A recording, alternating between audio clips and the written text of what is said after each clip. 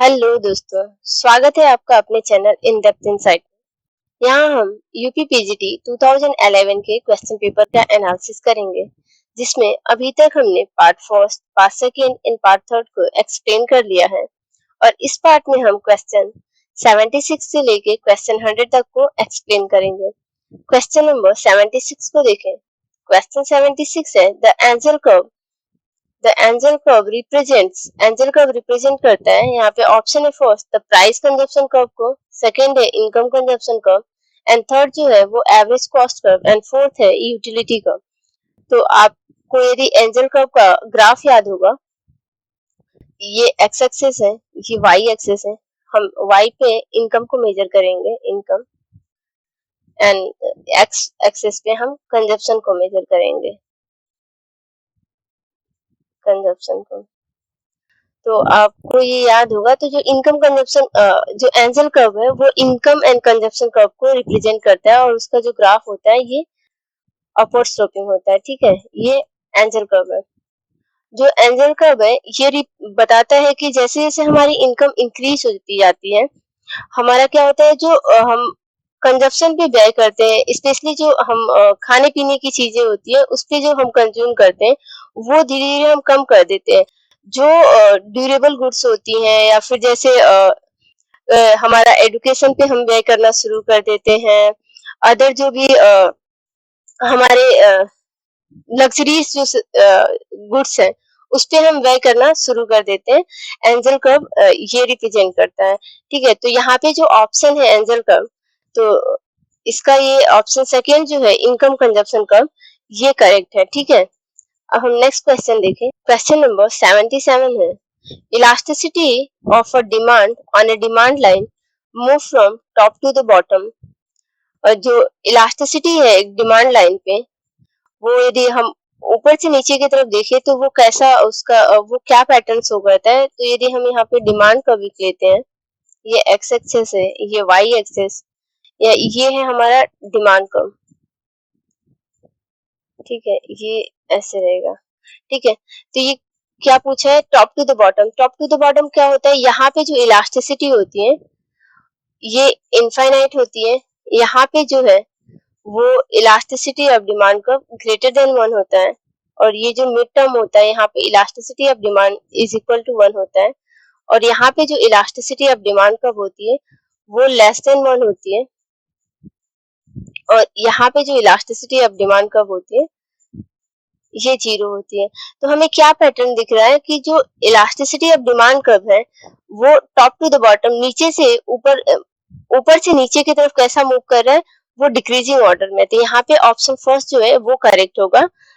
ठीक है, अब क्वेश्चन 78 को देखें। In the case of substitute goods there is a elasticity of demand. यदि सब्स्टिट्यूट गुड्स है तो वहां पे इलास्टिसिटी ऑफ डिमांड क्या होगी। तो यहाँ पे ऑप्शन है फर्स्ट निगेटिव, सेकेंड है पॉजिटिव एंड थर्ड जो है वो 0 एंड फोर्थ है यूनिटी। तो सबसे पहले हम सब्स्टिट्यूट गुड्स के यहाँ पे फॉर एग्जांपल देखें। मान लीजिए हम सब्स्टिट्यूट गुड्स जो है, सब्स्टिट्यूट गुड्स गुड्स लेते हैं, हम एक टी लेते हैं एंड कॉफी, कॉफी। ठीक है, तो यहाँ पे यदि इनिशियली जो टी की जो प्राइस है एंड कॉफी की जो प्राइस है, ठीक है, वो 1 कप के लिए 1 कप ये है 10 रुपीज। ठीक है, यदि मान लीजिए कि जो टी की प्राइस जो है वो इंक्रीज कर जा रही है, टी की प्राइस 10 रुपीज से इंक्रीज होके, ठीक है, वो 20 रुपीज हो जाती है 1 कप ऑफ टी के लिए। 1 कप ऑफ टी की जो प्राइस है वो 10 रुपए से बढ़ के 20 रुपए हो गई है। ठीक है, अब वही जो कॉफी की जो प्राइस है, कॉफी की प्राइस अभी भी 10 रुपए है। ठीक है, तो यहाँ पे होगा क्या, जो प्राइस ऑफ टी, जैसे प्राइस ऑफ टी इंक्रीज होती है तो क्या होगा, क्वांटिटी ऑफ टी जो है वो डिक्रीज हो जाएगी, इसके करस्पॉन्डिंग जो प्राइस ऑफ कॉफी जो है अभी भी वो फिक्स है, लेकिन जैसे ही प्राइस ऑफ टी इंक्रीज हुई है, ठीक है, उसकी वजह से जो क्वांटिटी ऑफ कॉफी है, जो पहले कंज्यूमर जो टी को परचेज कर रहे थे, उनके लिए जो कॉफी होगा वो सस्ता हो जाएगा, तो वो कॉफी की तरफ मूव कर जाएंगे। तो यहाँ पे हमें क्या पैटर्न देखने को मिल रहा है कि जैसे प्राइस ऑफ टी इंक्रीज हो रही है, उसके करस्पॉन्डिंग जो क्वांटिटी ऑफ कॉफी है वो इंक्रीज कर जा रही है। तो यहाँ पे जो सब्स्टिट्यूट गुड्स है उसमें उसमें क्या रिलेशन शो हो रहा है, ये पॉजिटिव रिलेशन को दिखा रहा है। ठीक है, तो यहाँ पे जो ऑप्शन सेकंड होगा वो करेक्ट है। क्वेश्चन नंबर 79 देखें।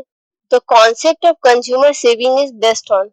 जो कंज्यूमर सेविंग का कॉन्सेप्ट है वो किस पे बेस्ड है? फर्स्ट है यहाँ पे law of diminishing utility, second है fix marginal utility of money, and third जो है both first and second, and fourth है नन ऑफ एवं। तो आपको कंज्यूमर सेविंग का यदि ग्राफ याद होगा सेविंग कंजप्शन फंक्शन का, तो ये है हमारा एक्स एक्सिस और ये है वाई एक्सिस। ठीक है, हम एक्स एक्सिस पे मेजर करेंगे इनकम को एंड वाई एक्सिस पे हम मेजर करेंगे कंजप्शन को। ठीक है, और ये है हमारा सेविंग कंजप्शन का, ये है सेविंग। ठीक है, यहाँ पे हम लेते हैं ऑटोनॉमस कंजप्शन कि हमारी सेविंग यदि इनकम कम है, इनकम नहीं है तो भी हम कंज्यूम, क्योंकि जो इनिशियल कंजप्शन है ना वो इनकम बढ़ने घटने से हमें कोई इफेक्ट नहीं होता है, लेकिन सेविंग जो है हमारे इनकम पे डिपेंड करती है, हमारे इनकम के पैटर्न। यदि हमारी इनकम ज्यादा रहती है तो हम अपनी सेविंग बढ़ा देते हैं एंड कंजप्शन भी बढ़ा देते हैं। लेकिन होता यह है कि जो मार्जिनल प्रेफरेंस टू कंज्यूम जो है, मार्जिनल प्रेफरेंस टू कंज्यूम जो है और जो मार्जिनल प्रेफरेंस टू सेव है, मार्जिनल प्रेफरेंस टू सेव, यदि हमारा जो मार्जिनल प्रोपेंसिटी टू कंज्यूम जो है यदि वो डिक्रीज करता है, ठीक है, मार्जिनल प्रेफरेंस टू कंज्यूम जो है वो डिक्रीज करता है, तो हमारा मार्जिनल प्रोपेंसिटी जो सेव है वो इंक्रीज करने लगता है। वो कैसे होता है कि जब हम कंजप्शन पे मान लीजिए कि 1 यूनिट कोई चीज को कंज्यूम कर रहे हैं, सेकेंड कर रहे हैं, थर्ड कर रहे हैं, हम ज्यादा से ज्यादा यदि कंजप्शन पे जैसे इनकम बढ़ती है हम कंजप्शन इंक्रीज कर देते हैं, लेकिन कुछ टाइम बाद हम क्या करते हैं, कंजप्शन पे जो खर्चे होते हैं वो कम कर देते हैं, वहां पे हम क्या करते हैं, सेविंग की तरफ मूव करने लगते हैं। इनिशियली तो हम कंजप्शन पे अपने इनकम को जैसे बढ़ता है वो खर्च करना शुरू करते हैं, लेकिन बाद में हम सेविंग पे खर्च करना शुरू कर देते हैं। तो हमारे जैसे ही marginal propensity to consume decrease होता है, करस्पॉन्डिंग जो मार्जिनल प्रोपेंसिटी टू सेव है वो इंक्रीज कर जाता है। ठीक है, अब यहाँ पे जो फर्स्ट ऑप्शन है वो तो करेक्ट होगा ही, law of diminishing marginal utility apply होती है सेविंग के लिए। एंड जो सेकेंड है fix marginal utility of money, यदि marginal utility of money fix रहती है तो हमारे सेविंग जो है वो इंक्रीज कर जाती है। ठीक है, तो यहाँ पे जो ऑप्शन थर्ड है वो करेक्ट होगा, बोथ फर्स्ट एंड सेकेंड। ठीक है, होप आपको ये चीज क्लियर होगा। अब नेक्स्ट क्वेश्चन देखिए 80। Consumer saving for essential goods is. जो इसेंशियल गुड्स होती है उसमें कंज्यूमर की सेविंग क्या है, यहाँ पे ऑप्शन है फर्स्ट लिमिटेड होता है, सेकंड है अनलिमिटेड होता है, एंड थर्ड जो है इनफाइनाइट होता है, एंड फोर्थ है नन ऑफ दी। तो आपको ये पता होगा जो इसेंशियल गुड्स होती है उसके लिए जो कंज्यूमर सेविंग होती है वो अनलिमिटेड होती है, तो ऑप्शन जो सेकंड है वो करेक्ट होगा। अब हम नेक्स्ट क्वेश्चन देखें। नेक्स्ट क्वेश्चन है हमारा 81। प्रोडक्शन मीन्स, प्रोडक्शन का मतलब क्या होता है? फर्स्ट है यहाँ पे प्रोडक्शन फॉर गुड्स होता है या फिर प्रोडक्शन फॉर सर्विसेज है, एंड थर्ड जो है क्रिएशन ऑफ यूटिलिटी है, एंड फोर्थ है नन ऑफ दिस। तो यदि आपको प्रोडक्शन का बेसिक मीनिंग पता होगा तो आप ये क्वेश्चन कर ले जाओगे, क्योंकि यहाँ पे प्रोडक्शन मीन्स ये नहीं होता है कि गुड्स का ही प्रोड्यूस करें या फिर ओनली सर्विसेज का प्रोड्यूस करें। प्रोडक्शन का मतलब होता है किसी चीज को क्रिएट करना यूटिलिटीज के लिए। ठीक है, तो यहाँ पे जो ऑप्शन होगा थर्ड क्रिएशन ऑफ यूटिलिटीज ये करेक्ट होगा। ठीक है, अब नेक्स्ट क्वेश्चन है 82। Under the long run production function, long run production function में क्या होता है? यहाँ पे ऑप्शन है first some factors are variable होते हैं, या फिर सेकंड है some means are fixed, and third जो है all resources are variable, and fourth है ऑल मीन्स आर फिक्स्ड। तो आपको पता होगा कि जब लॉन्ग रन प्रोडक्शन फंक्शन की बात होती है कभी भी, लॉन्ग रन प्रोडक्शन फंक्शन, तो वहां पे क्या होती है, ऑल रिसोर्सेस आर वेरिएबल हम लेते हैं, ठीक है। क्योंकि शॉर्ट रन में कुछ चीजें हैं जो कुछ फिक्स्ड रहती हैं, कुछ वेरिएबल रहती है। जब लॉन्ग रन की बात होती है तो सारी रिसोर्सेज क्या हो जाती है, वो वेरिएबल हो जाती है। तो यहाँ पे जो ऑप्शन थर्ड है वो करेक्ट होगा। नेक्स्ट क्वेश्चन है 83। The technical limit of the production are express as. जो टेक्निकल लिमिट्स है वो प्रोडक्शन की, उसे कैसे एक्सप्रेस करते हैं। फर्स्ट है यहाँ पे through the iso product curve, and second जो है by iso cost curve, and third जो है by ridge line, and fourth है नन ऑफ एबव। तो आपको टेक्निकल लिमिट की बात है, तो यदि आपने प्रोडक्शन फंक्शन में iso cost curve and iso product curve और रिज लाइन के बारे में पढ़ा होगा तो ये क्वेश्चन बहुत इजी है। जब हम टेक्निकल लिमिट की बात करते हैं तो हम हमेशा रिज लाइन की बात करते हैं, ठीक है। तो यहाँ पे जो ऑप्शन थर्ड है वो करेक्ट होगा। अब नेक्स्ट क्वेश्चन है 84। The curve show the relation between the per capita income and level of income inequality is called। ठीक है, तो यहाँ पे ऑप्शन है फर्स्ट लॉरेंस कर्व, सेकेंड है क्विस्नेट कर्व, एंड थर्ड है एंजल कर्व, एंड फोर्थ है none of these.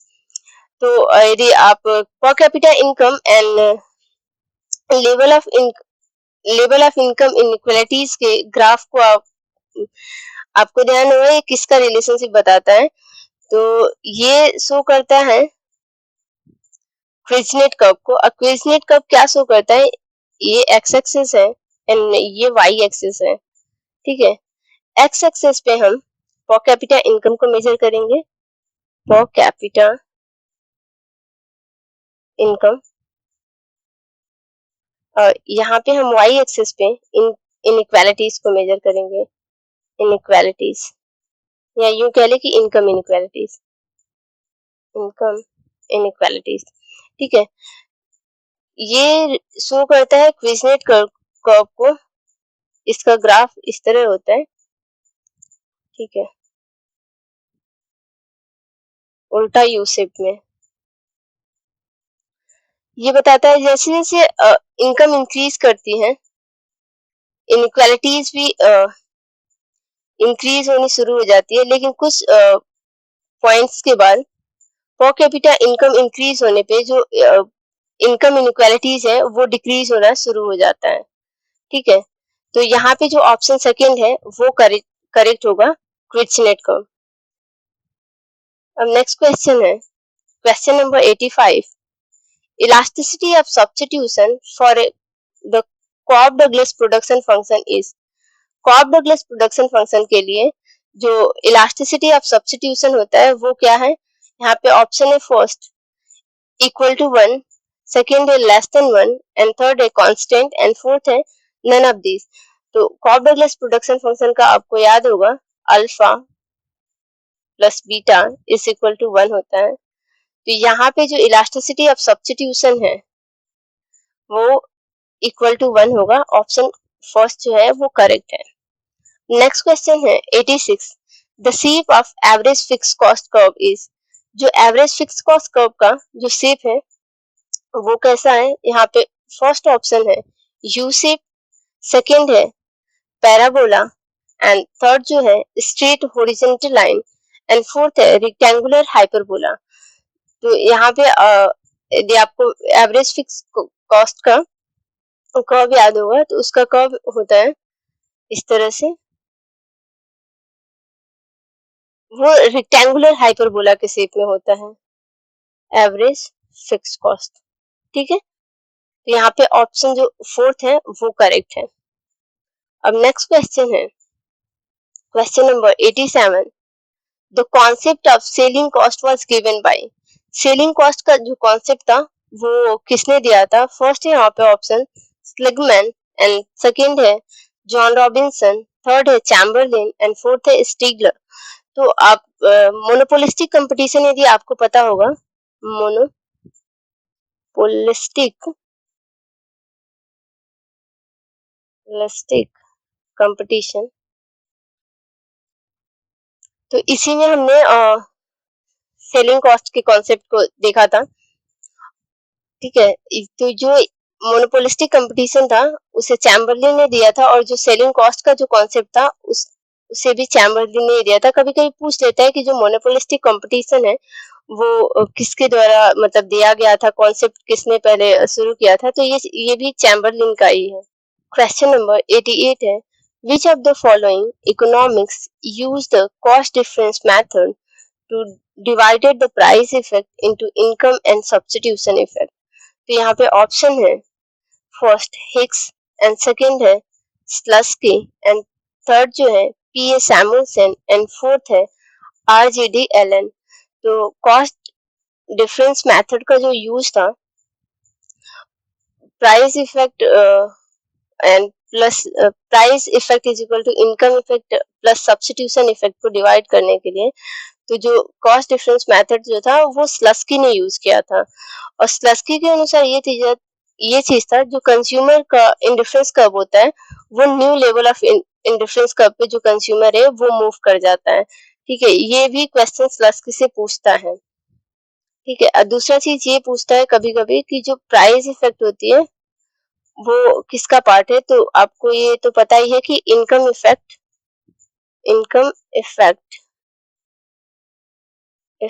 Plus substitution effect.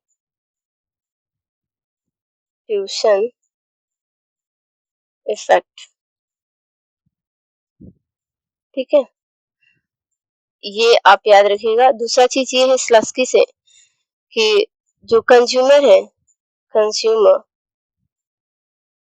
Shifted new level of indifference curve, difference curve. ठीक है, तो स्लस्की से रिलेटेड ये क्वेश्चन पूछते हैं। नेक्स्ट क्वेश्चन देखें, तो नेक्स्ट क्वेश्चन है 89, the concept the economics who included the time element in the price determination was।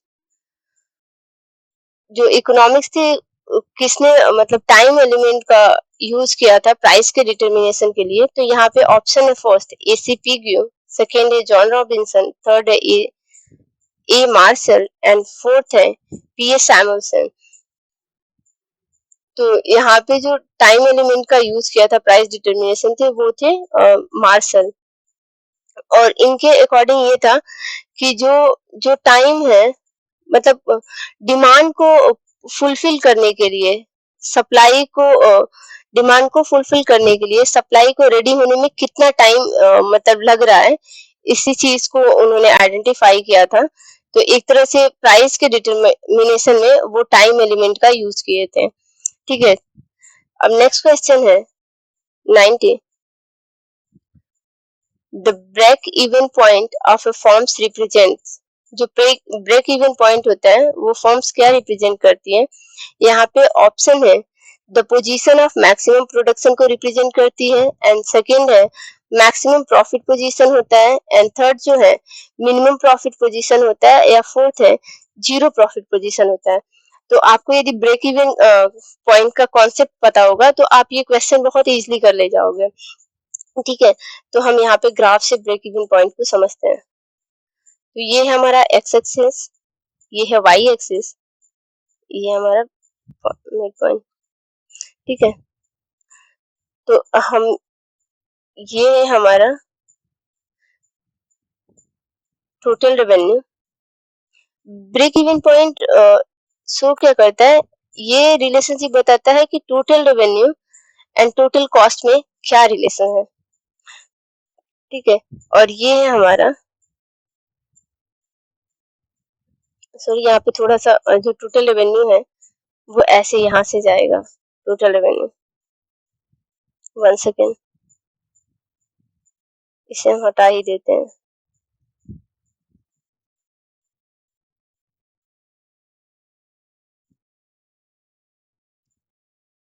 यहाँ पे होगा हमारा ग्राफ, ये है टोटल रेवेन्यू और ये है टोटल कॉस्ट। तो जहाँ पे total revenue and total cost एक दूसरे को मीट करते हैं, ये है हमारा पॉइंट ब्रेक इवन। और यहाँ पे जो ब्रेक इवन पॉइंट जो होता है, ये जीरो प्रॉफिट को शो करता है, जीरो प्रॉफिट। ये है हमारा break even point, break even point, ठीक है।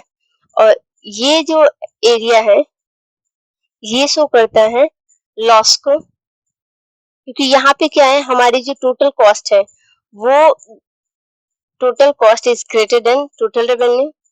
और ये जो एरिया है हमारा, ये शो करता है प्रॉफिट को, ठीक है, बिकॉज यहाँ पे हमारी जो टोटल रेवेन्यू है वो ग्रेटर देन है टोटल कॉस्ट की।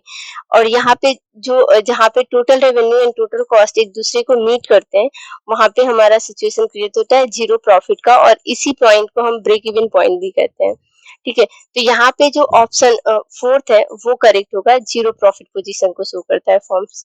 क्वेश्चन नंबर 91 देखें। In the long run the forms production point under perfect competitive market is. जो परफेक्ट कॉम्पिटिटिव मार्केट में प्रोडक्शन पॉइंट कहाँ अकर करती है? फर्स्ट है occur at A minimum point on average cost curve, and second जो है occur at A minimum point of marginal cost curve, and third जो है occur at A minimum point of both the curve, and fourth है none of एवं। तो आपको यदि perfect competition के परफेक्टली कॉम्पिटिटिव मार्केट या परफेक्ट कंपटीशन परफेक्ट कंपटीशन में पहले हम एक चीज देखते हैं कि परफेक्ट कंपटीशन में हम जब भी मार्केट के इक्विलिब्रियम पॉइंट की बात करते हैं, तो यहाँ पे दो चीजें हैं, एक तो short run equilibrium and second है long run equilibrium, long run, ठीक है। वनली हम परफेक्ट कंपटीशन का स्नैपशॉट ले रहे हैं इक्विलिब्रियम, ठीक है। तो शॉर्ट रन में क्या होता है, हम फॉर्म्स की जो है वो डिफरेंट कंडीशंस को देखते हैं। एक फर्स्ट जो है यहाँ पे हम देखते हैं normal normal profit forms earn करती हैं। सेकंड जो है super normal profit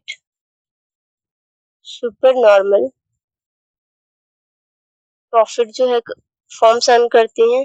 and third जो पोजीशन होता है फॉर्म्स का, वो लॉस बियर करती हैं, नहीं तो क्या होता है शट डाउन का पोजीशन आता है, ठीक है, शट डाउन,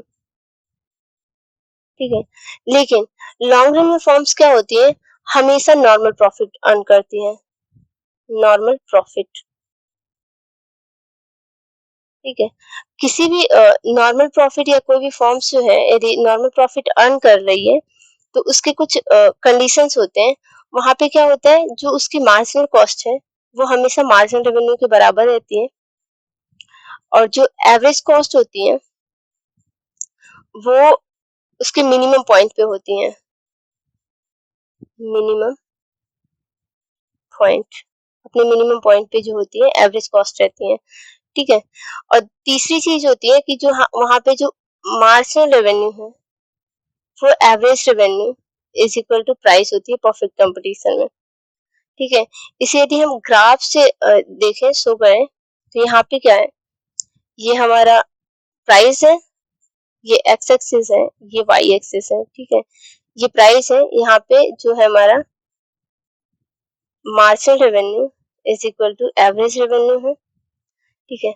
और दूसरी चीज है कि जो मार्जिनल रेवेन्यू है उसको मार्जिनल कॉस्ट है वो नीचे से कट कर रही है, ये है हमारा मार्जिनल कॉस्ट, ठीक है। और जो एवरेज कॉस्ट है हमारी वो अपने मिनिमम पॉइंट पे है, ये है हमारा एवरेज कॉस्ट, ठीक है।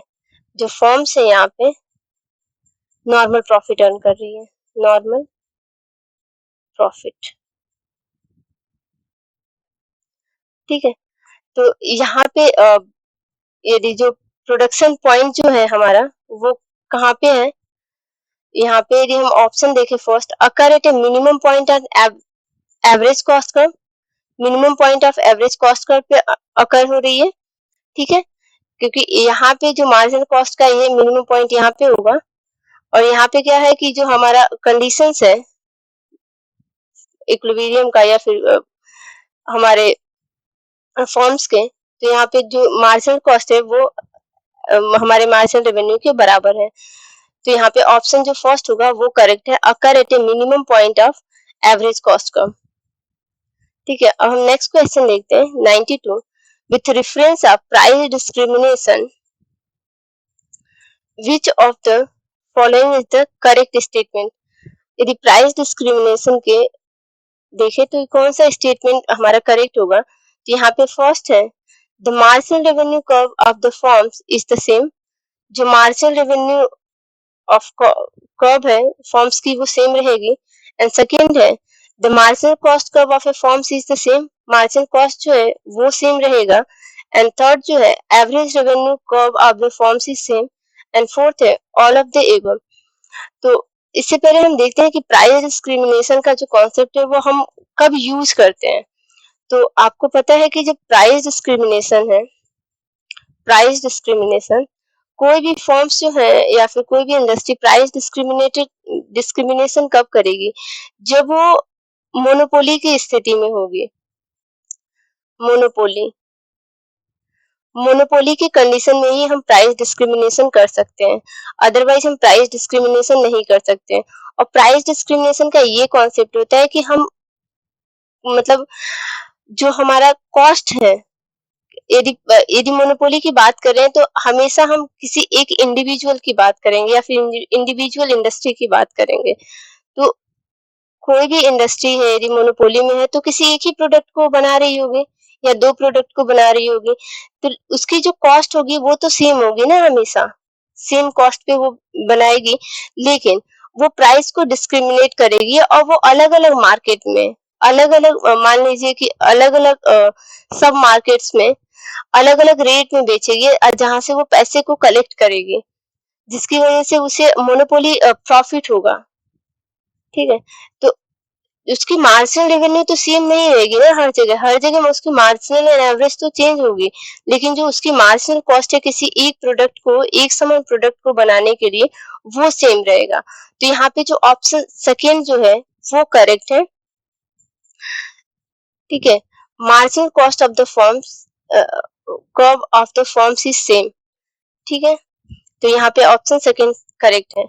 अब नेक्स्ट क्वेश्चन है हमारा 93, monopoly power can be measured by.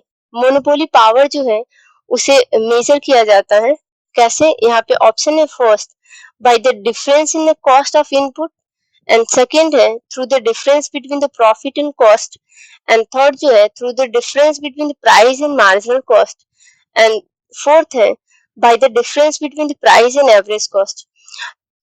तो बहुत सारे मतलब मोनोपोली पावर को मेजर करने के लिए बहुत सारे मेथड अलग अलग लोगों ने दिया है, जिसमें से जो बेस्ट मेथड जो यूज करते हैं वो हम लेते हैं लर्नर का।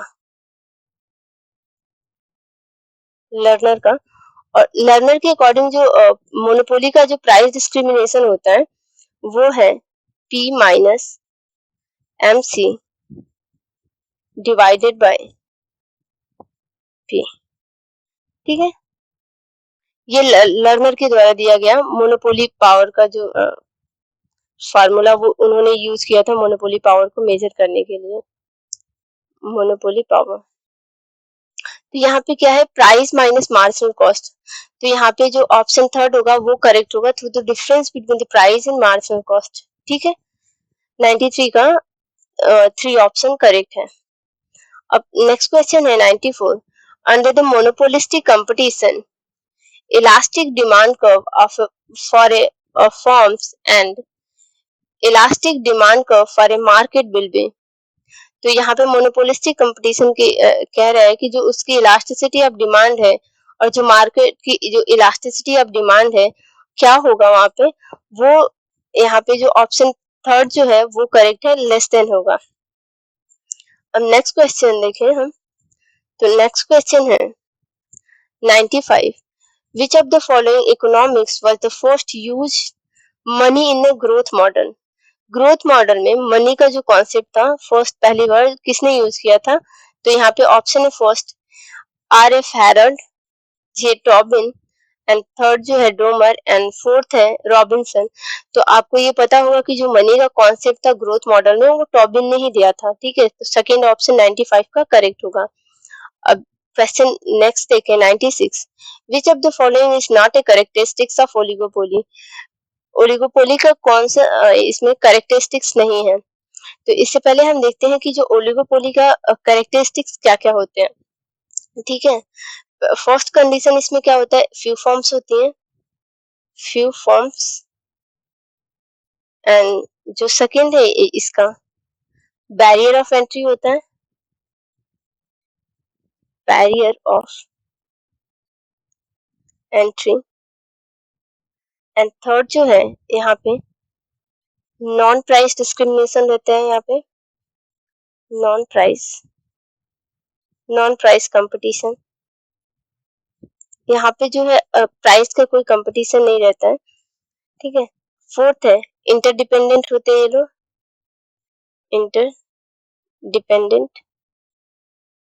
इंटरडिपेंडेंसी रहती है इसमें। एंड फिफ्थ है सेलिंग कॉस्ट का यूज करते हैं, सेलिंग कॉस्ट। एंड सिक्स जो है ये है इन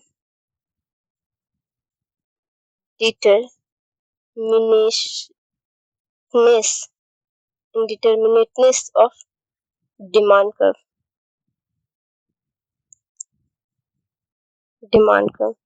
बिकॉज जो यहाँ के जो फ्यू सेलर्स हैं, यदि एक ने प्राइस को चेंज किया तो दूसरा उस प्राइस को चेंज करेगा या फिर उसका क्या मूव होगा ये प्रिडिक्ट नहीं कर सकते हैं। इसकी वजह से जो डिमांड कर्व का कैसा फॉर्मेशन होगा उसे डिटरमाइन नहीं कर सकते हैं। इसलिए जो डिमांड कर्व है ओलिगोपोली की वो इनडिटर्मिनेटनेस होती है, ठीक है। तो ये तो सारे कैरेक्टरिस्टिक्स हो गए। अभी हम यहाँ पे ऑप्शन देखें तो यहाँ पे म्यूचुअल इंटरडिपेंडेंसी, ये भी करेक्ट है म्यूचुअल इंटरडिपेंडेंसी। स्टेबल प्राइस है, प्राइस फिक्स रहती है, नॉन प्राइस कंपटीशन चलता है तो स्टेबल प्राइस रहती है। और यहाँ पे जो ऑप्शन फोर्थ है मोनोपोली एलिमेंट, तो फ्यू फॉर्म्स है वो इंटरडिपेंडेंस होते हैं, तो एक जैसा प्राइस फिक्स करके वो लोग मोनोपोली प्रॉफिट भी अर्न कर सकते हैं। लेकिन यहाँ पे जो ऑप्शन थर्ड जो है ना डिफिनेटनेस ऑफ डिमांड कर्व, तो वहाँ यहाँ पे क्या है, जो डिमांड कर्व है वो डेफिनेटली निश्चित नहीं रहती है, यहाँ पे जो डिमांड कर्व है वो अनिश्चित होती है, ठीक है। इसी की वजह से यहाँ पे किंक डिमांड कर्व पाया जाता है, ठीक है। तो यहाँ पे जो ऑप्शन थर्ड है वो करेक्ट होगा। अब नेक्स्ट क्वेश्चन देखें तो नेक्स्ट क्वेश्चन है 97। Which one of the following economics is concern with the problem of coordination? Problem of coordination से कौन कंसर्न है? तो यहाँ पे फर्स्ट है यहाँ पे मार्शल, सेकेंड है विकस्टीड, थर्ड जो है लियोनटिफ, एंड फोर्थ है नन ऑफ दिस। तो जो प्रॉब्लम ऑफ कोऑर्डिनेशन है वो वो कंसर्न है विकस्टीड का। और इन्होंने ये चीज जो था, जो इनकी ऐसे थी, एक ऐसे का जो नाम है coordination of the loss of distribution,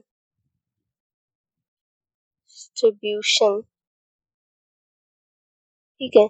इनकी ऐसे का जो नाम है coordination of law of distribution, इसी में इन्होंने प्रॉब्लम ऑफ कोऑर्डिनेशन की बात की थी। तो यहाँ पे जो ऑप्शन सेकेंड है विकस्टीड ये करेक्ट होगा। अब नेक्स्ट क्वेश्चन है 98। which when there is only one buyer of the factor of production in the factor market the situation is called, ठीक है। जब वन बायर रहता है फैक्टर मार्केट में तो वो सिचुएशन क्या कहा जाता है? तो यहाँ पे फर्स्ट है मोनोपोली, सेकंड है two way monopoly, and third जो है मोनोप्सोनी, एंड फोर्थ जो है नन ऑफ दिस। तो when single seller,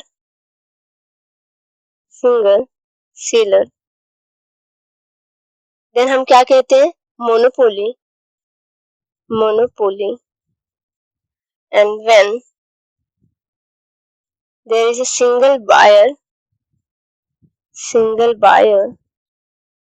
then called the mono monopsony.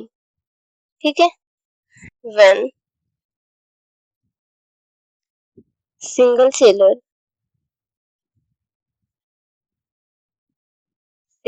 and single buyer,